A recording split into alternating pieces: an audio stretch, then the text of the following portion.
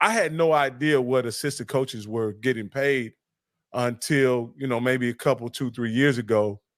And with what they're getting paid, coach, what do HBCUs have to offer those coaches who are highly qualified, who are just getting paid enormous amounts of money to be position and assistant coaches?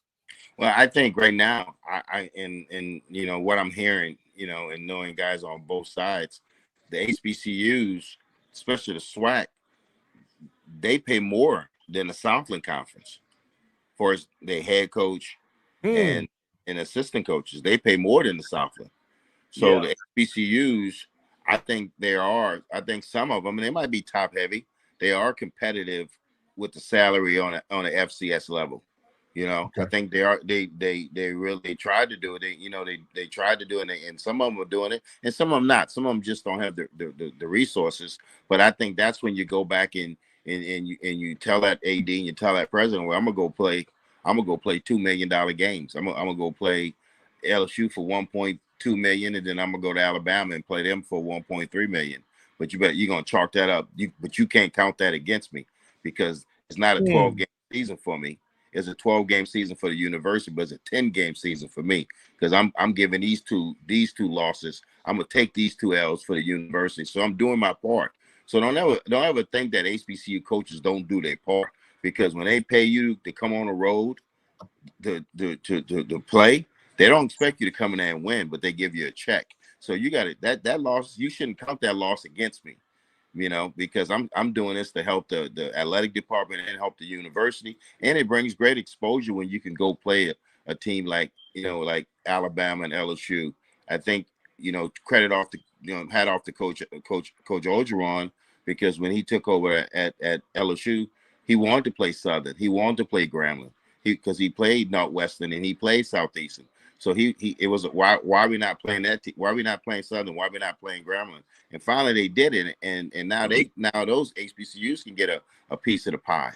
You've seen Tennessee State; they went into Notre Dame. Well, they didn't go into Notre Dame for no 300,000. They paid. They paid them $1 million. They paid them $1 million.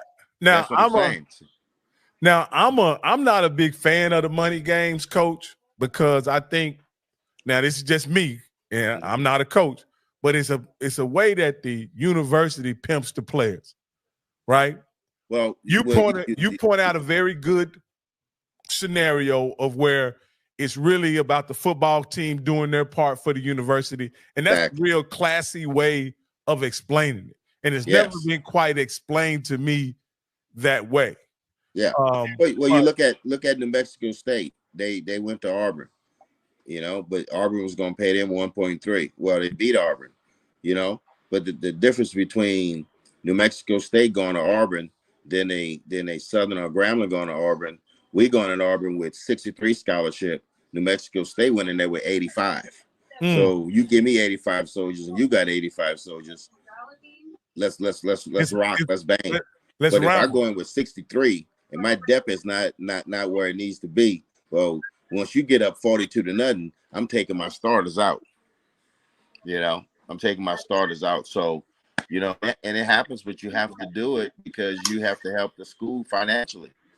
You have to help the school. You see all this stuff coming back up in the news reports about this state, this HBCU $30 million or $40 million, and the state of Oklahoma owes Langston University almost $100 million, because they hadn't paid it. But so they're not getting the funding from the state that they should be getting, because somebody's holding out on them. So you have to go play those games, really, to help the other sports. Like you got to help the softball team. You got to help the women's tennis team. You got to help those sports, because those kids deserve to have nice things also. So as the head coach of a university, if that's what you got to do to help other programs, then that's what you do.